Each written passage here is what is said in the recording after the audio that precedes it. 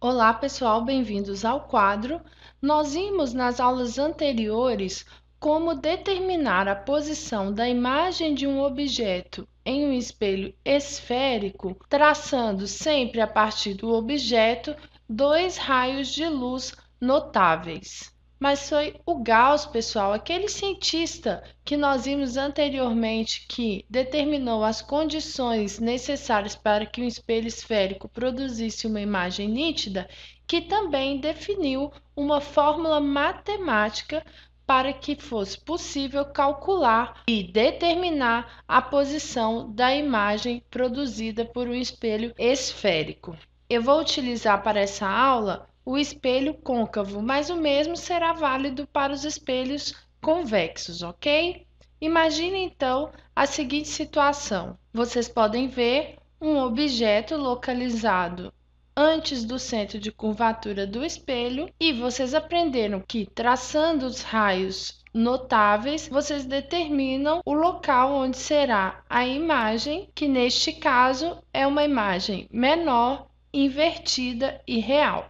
Imagine agora que o eixo principal é uma reta numérica e que o vértice é igual a zero e que do vértice seguindo em direção ao centro de curvatura ocorre aumento da numeração. Então, começa com 0, 1, 2, 3, 4 e vai aumentando em direção ao centro de curvatura, tá bom? Vocês podem perceber que a imagem e o objeto se encontram em posições diferentes desse eixo numérico, certo? O ponto em que está localizado o objeto nós vamos chamar de ponto P. E o ponto onde está localizada a imagem nós vamos chamar de ponto P'.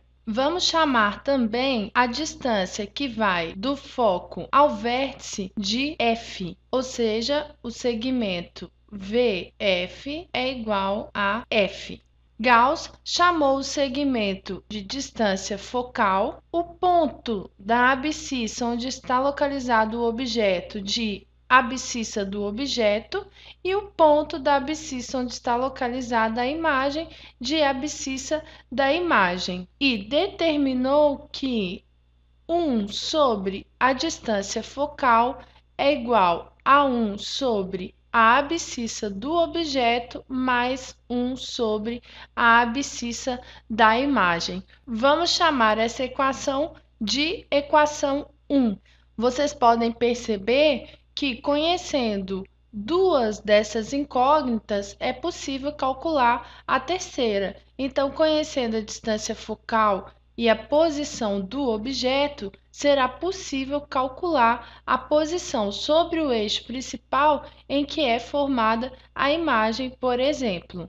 Olhando ainda para este gráfico, relembrem que a distância entre o foco e o vértice, que nós passaremos a chamar de distância focal, é igual à distância entre o foco e o centro de curvatura. Se nós chamamos o segmento que vai do foco ao vértice de F, então o segmento que vai do centro de curvatura ao foco também é igual a F. Sendo assim, a distância entre o centro de curvatura e o vértice será igual a 2 vezes F. Lembrando que a distância que vai do centro de curvatura ao vértice do espelho também pode ser chamado de raio de curvatura, uma vez que o centro de curvatura é o centro da esfera que deu origem ao espelho esférico. Então, o raio de curvatura é igual a 2 vezes o foco. Sendo assim, o foco é igual ao raio de curvatura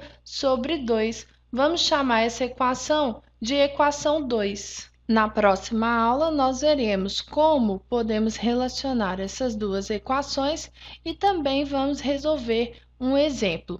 Espero que vocês tenham gostado e bons estudos!